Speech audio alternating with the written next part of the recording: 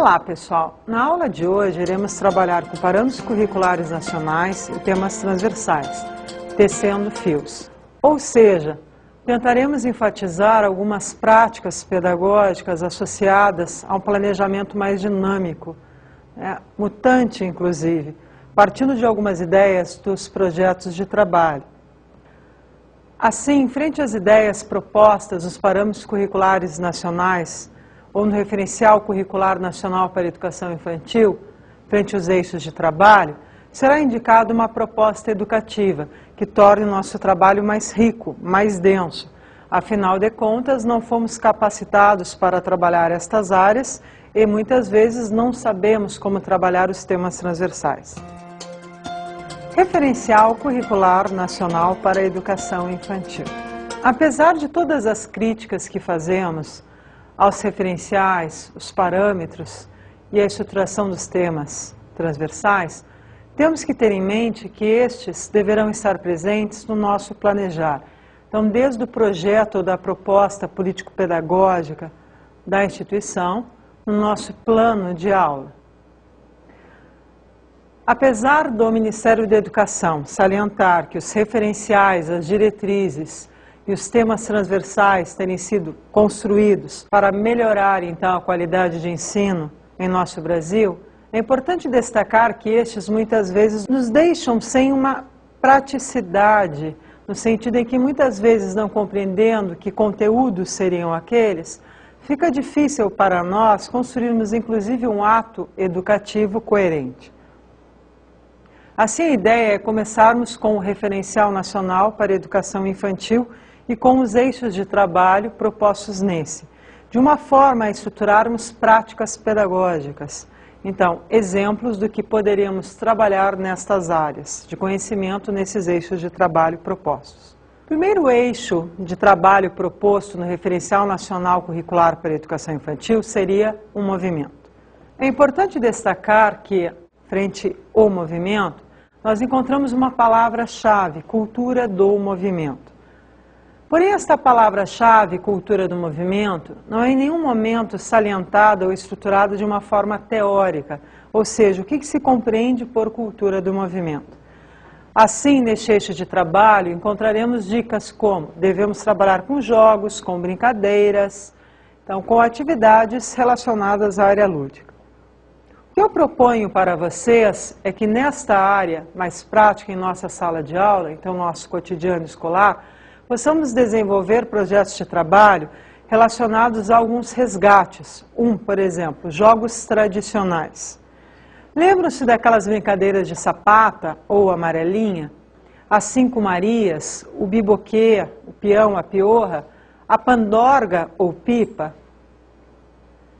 Este seria um trabalho interessante de resgate. Por quê? Conseguiríamos unir gerações passadas às gerações futuras. Fazendo assim, então, com que o movimento ele se torne realmente algo significativo, inclusive nesta expressão, cultura do movimento. Por quê? Porque cultura do movimento compreenderíamos como culturas associadas a tempos históricos relacionadas a este movimento. Cabe aqui salientar que aprendemos a brincar. Neste sentido, se aprendemos a brincar, a necessidade de resgatar brinquedos e jogos, hoje, não presentes nos cotidianos familiares de nossas crianças, bem como em algumas escolas. Segundo eixo de trabalho, música. O que compreendemos por música? Como poderíamos trabalhar com música em sala de aula? Será que trabalhar com música seríamos formar bandas? Não necessariamente. Mais uma vez aqui, no referencial, não fica dito de uma forma teórica ou inclusive mais prática como deveríamos trabalhar com a questão musical. O que recomendo é que vocês possam levar essas crianças em diferentes espaços. Então, se na sua comunidade existe musicotecas, então, bibliotecas relacionadas à evolução musical, as procure, visite.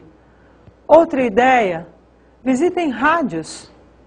Vamos fazer uma visita a determinado determinada rádio da cidade, pode ser inclusive uma rádio comunitária, que é um enfoque interessante, inclusive, para que as crianças percebam que é possível trabalhar com outras vertentes associadas à comunidade. Artes visuais, imaginação criadora. Palavra-chave presente no referencial. Weierstrass, uma estudiosa da área, então, das artes visuais, salienta que não podemos falar em imaginação criadora sem antes visualizarmos pensamento convergente e pensamento divergente.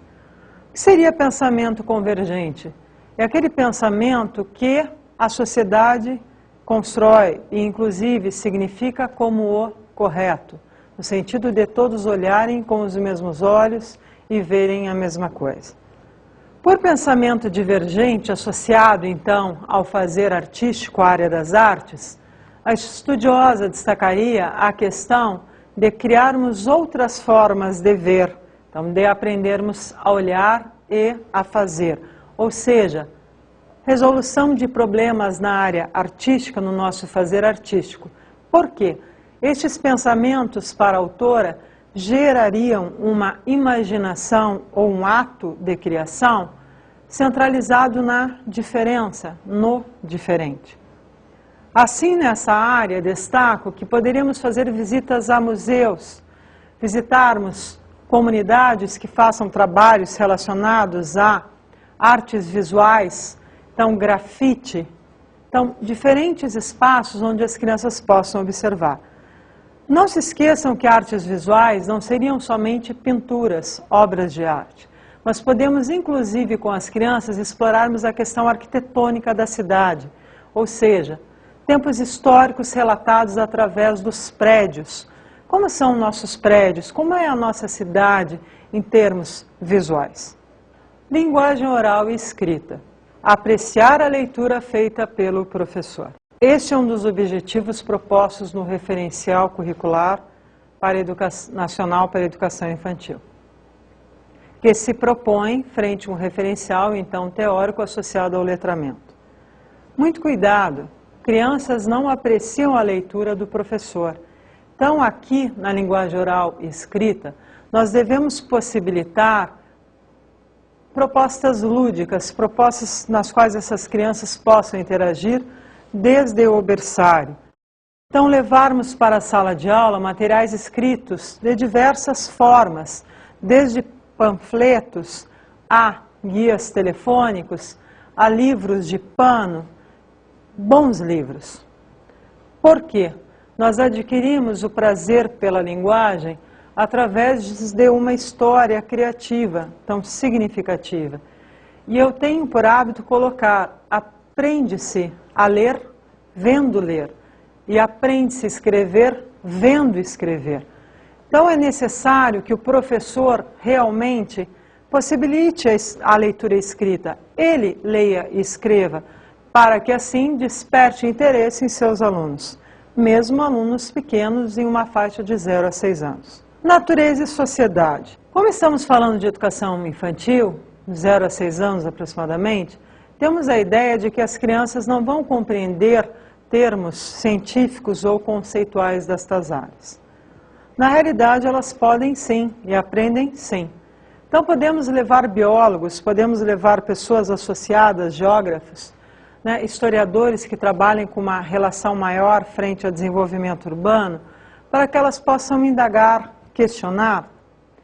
As crianças muito pequenas, elas podem fazer observações do que existe no seu cotidiano, quais são as plantas, como essas plantas são, qual é a textura das folhas.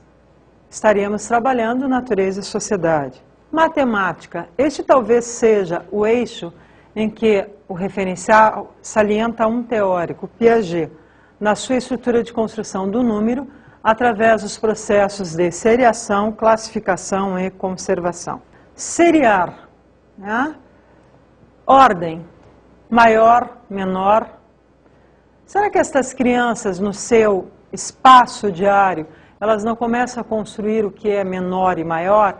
Inclusive as crianças utilizam uma expressão, mais grande, menos grande, maior que, menor que. São questões matemáticas.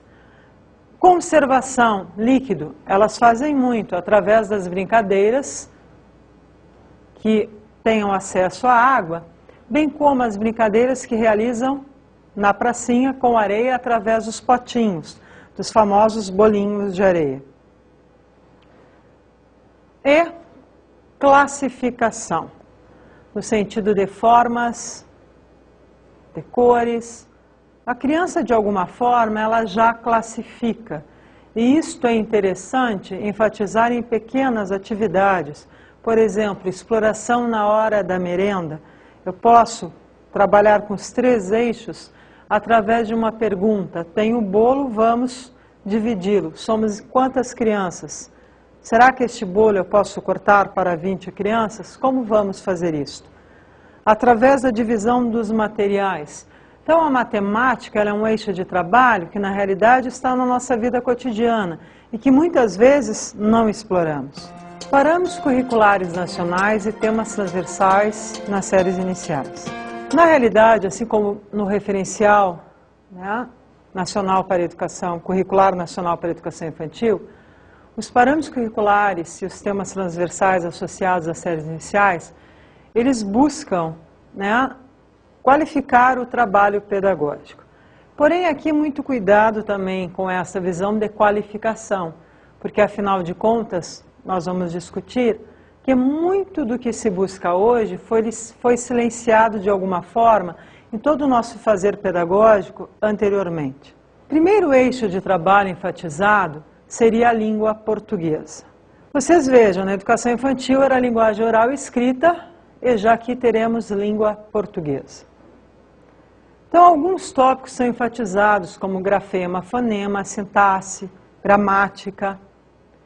Como estruturar tudo isto, né, nos anos iniciais hoje ou nas séries iniciais? Se a sua cidade ainda tem estrutura de séries iniciais, nós vamos trabalhar com 1ª a 4ª na língua portuguesa. Se já se estrutura nos anos iniciais do ensino fundamental, vamos ter 5 anos. Desta forma, a língua portuguesa, ela se torna complexa. Por quê? Dependendo da minha comunidade, eu vou ter acesso a diversos materiais escritos, em outras comunidades não.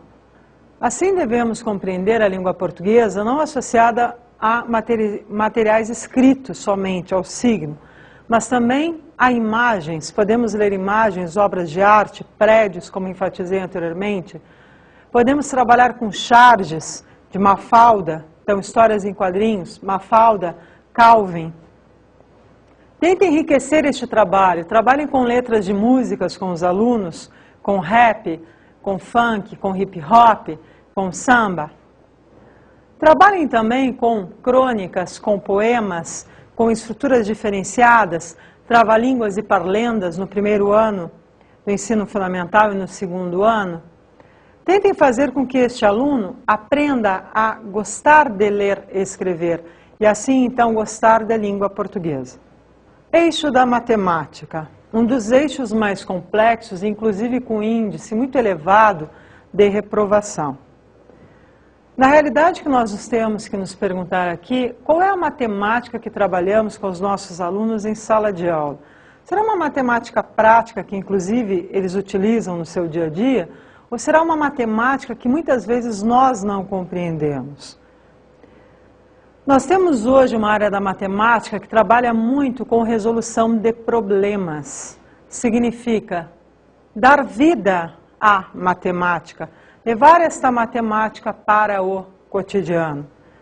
Indico para vocês que vocês possam conhecer obras associadas a uma matemática mais dinâmica. Por exemplo, o livro, que é uma coleção da autora Patrícia Guinwer, que se chama Problemas Matemáticos. Isto mesmo, problemas matemáticos. Por quê?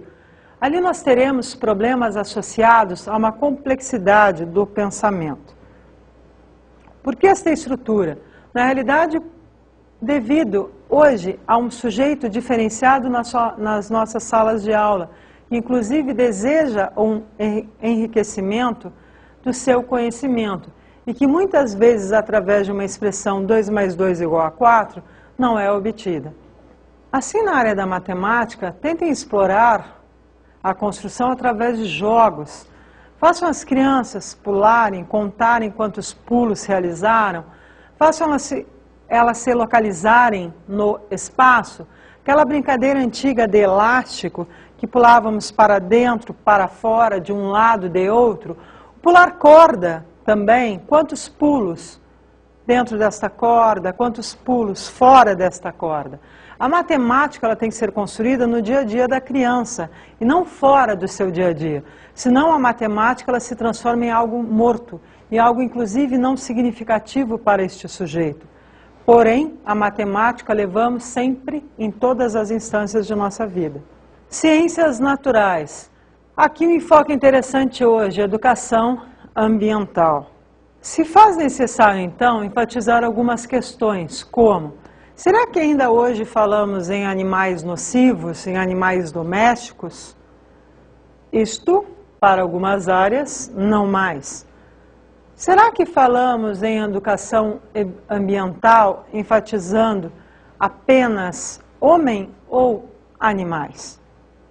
Na realidade hoje, nas ciências naturais, nós temos que relacionar com outras áreas do conhecimento, inclusive com história, geografia, a teoria dos estudos culturais, para compreendermos relações que estão sendo, hoje então, estruturadas de uma nova forma, com um novo olhar.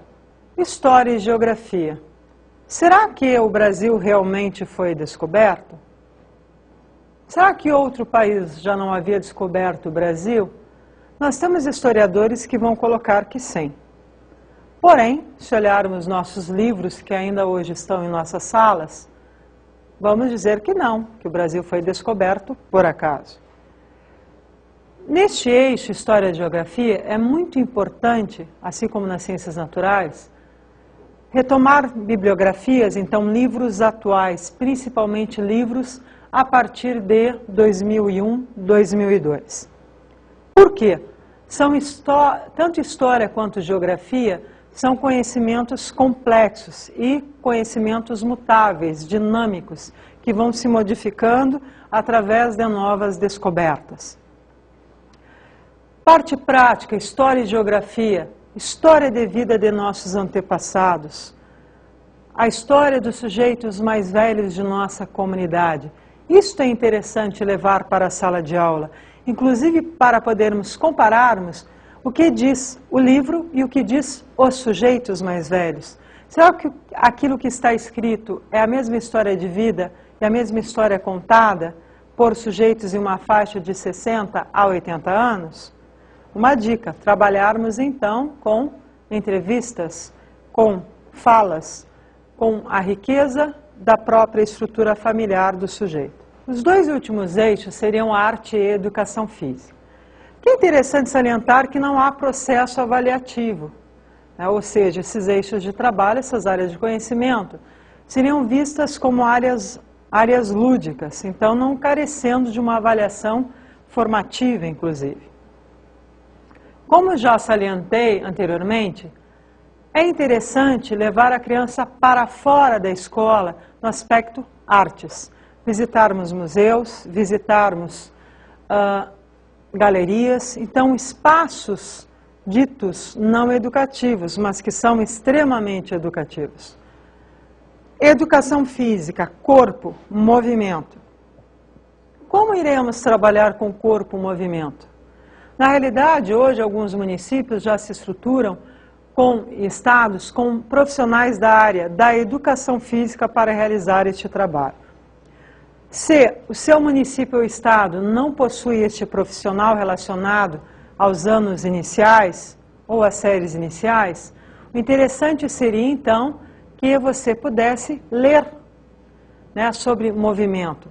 Indico algumas obras de Freire, relacionada a movimento, Le Boucher, entre outros. Por quê? Trabalhar com o corpo é extremamente importante. Temas transversais. O Ministério da Educação estruturou 5 temas transversais a serem trabalhados nos anos iniciais ou nas séries iniciais do ensino fundamental. O que significa isto? Que questões como desigualdade social, gênero, raça, etnia, religiosidade, ética, construção de afetividade, estariam perpassados, né, e enfatizados ou nas entrelinhas destes temas transversais. Nosso primeiro tema transversal, ética. Gostaria de fazer uma pequena pergunta. Como trabalharmos com ética em sala de aula se hoje vivenciamos questões problemáticas na área da política, inclusive na área social? Porque por ética compreenderíamos reflexões sobre a conduta humana. Quem somos nós, quem é o outro, o que fazemos, por que fazemos. Talvez explorarmos neste tema transversal ética o que acontece no nosso dia a dia, questionarmos o que os noticiários mostram, o que eles não mostram. Por que falamos tanto de ética e não somos éticos?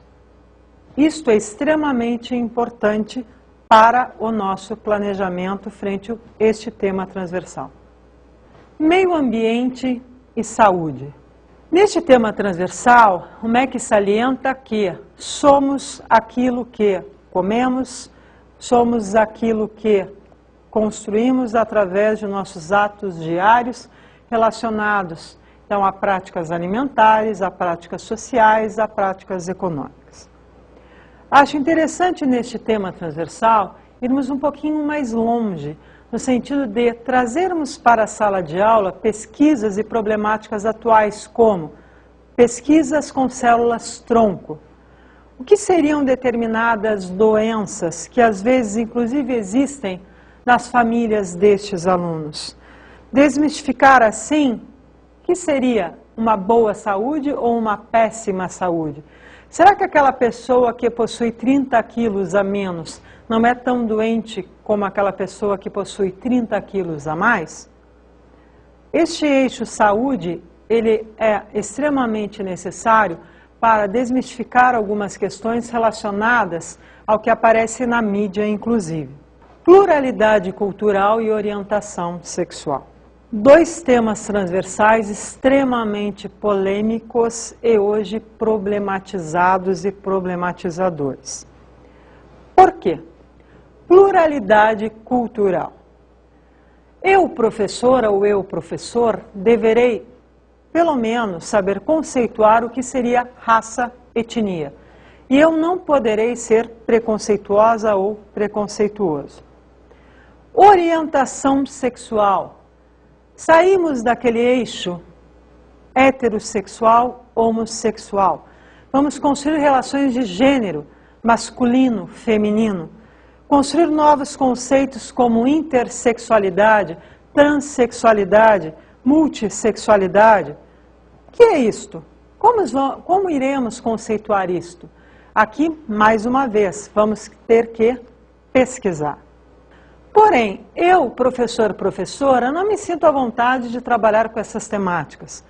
Convidem pessoas interessantes, convidem pessoas que realmente façam estudos nessas áreas para trabalharem estes temas com os alunos. Partam do princípio que, principalmente na orientação sexual, não vamos poder trabalhar com a questão da vergonha, aquilo que não poderá ser visto ou dito. Bem pelo contrário, uma das questões associadas à orientação sexual são as doenças sexualmente transmissíveis, e principalmente a AIDS. Poderemos convidar biólogos, geneticistas, médicos, orientadores sexuais. Lembrem-se que estes temas devem ser trabalhados em sala de aula, porque o MEC salienta esta questão, e devem estar presentes no nosso planejamento da nossa escola. Ou seja, não tenho condições para trabalhá-los, vamos ter que buscar sujeitos que os trabalhem. Parâmetros curriculares nacionais e temas transversais, tecendo críticas. O MEC salienta que tanto os parâmetros curriculares nacionais quanto os temas transversais, eles foram construídos para melhorar a qualidade de ensino, então para melhorar o nosso ato educativo. A minha crítica, embasada inclusive na crítica de outros autores pesquisadores, seria a de que quem foi ouvido? Quem foi escutado? Quem de nós, professores, participou da construção destes parâmetros e destes temas transversais? Até porque, se lembrarmos, orientação sexual. Desde quando, ou quando, podíamos falar em orientação sexual em nossas aulas? Pluralidade cultural. Não podíamos também falar nas diferenças culturais, sociais e étnicas de nossos alunos. Religiosidade, então, nem pensar. Era somente uma religiosidade presente nos nossos eixos, no nosso currículo, que era a religião católica. Neste sentido, todos os temas transversais vistos hoje foram extremamente silenciados, inclusive boicotados nos espaços escolares. Os professores que trabalhavam com estes antigamente eram inclusive advertidos.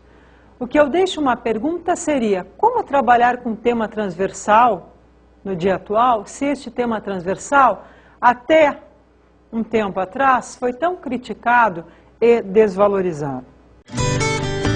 A escola socialmente onipotente e que fracassa na sua missão educativa devido exclusivamente aos seus problemas internos.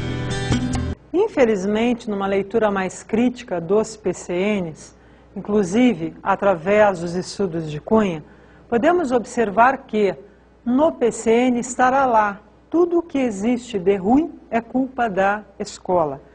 Ou seja, nós, enquanto instituições escolares, não conseguimos resolver nossos problemas.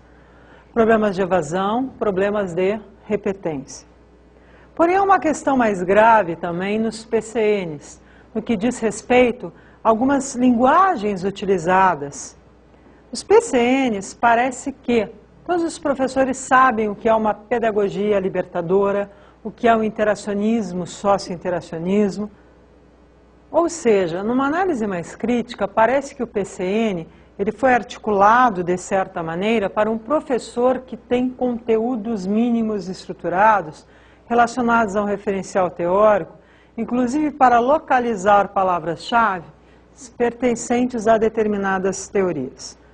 Outra grande crítica que Cunha sustenta é que tanto parâmetros curriculares nacionais como temas transversais, na realidade não vão ao encontro nem de um referencial teórico, nem do que o aluno está vendo e escutando no seu dia a dia. Por quê? Questões associadas à mídia, tanto impressa quanto escrita, não são levadas para a sala de aula. Questões associadas à utilização de uma internet, inclusive, qual dos professores domina as ferramentas hoje ditas virtuais?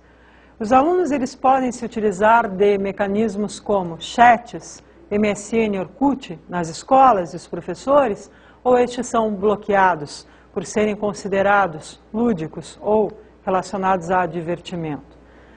O que Cunha tenta salientar, e é interessante que nós, enquanto educadores, possamos construir também, é que parâmetros curriculares nacionais e temas transversais estão aí. Vão continuar relacionados à nossa prática educativa.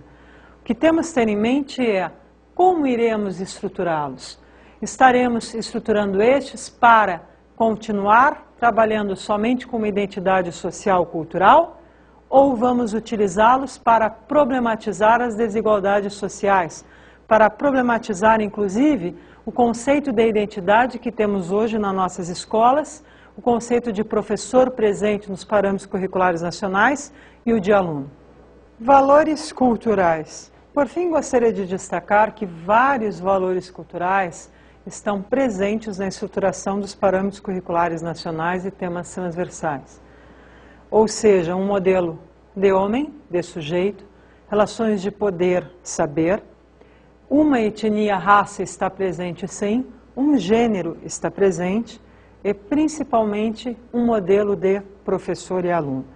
O que nós devemos buscar combater então é essa estrutura, estes valores culturais que buscam ser perpassados, de alguma forma continuando assim as desigualdades sociais, inclusive no ser professor e sua valorização hoje.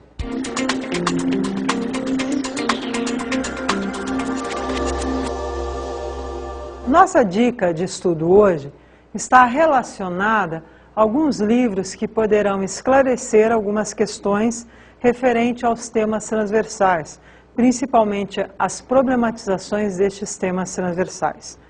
Seriam os livros Multiculturalismo Revolucionário, de Peter McLaren, editado pela Artmed, O Currículo como Fetiche, a Poética e a Política do Texto Curricular, de Tomás Tadeu da Silva, editado pela Autêntica, e Televisão e Educação, Fluir e Pensar a TV, de Rosa Maria Bueno Fischer, da Autêntica Editora. São 3 excelentes obras. Leiam, se possível, as 3. Não podendo, escolham uma de sua preferência. Bons estudos!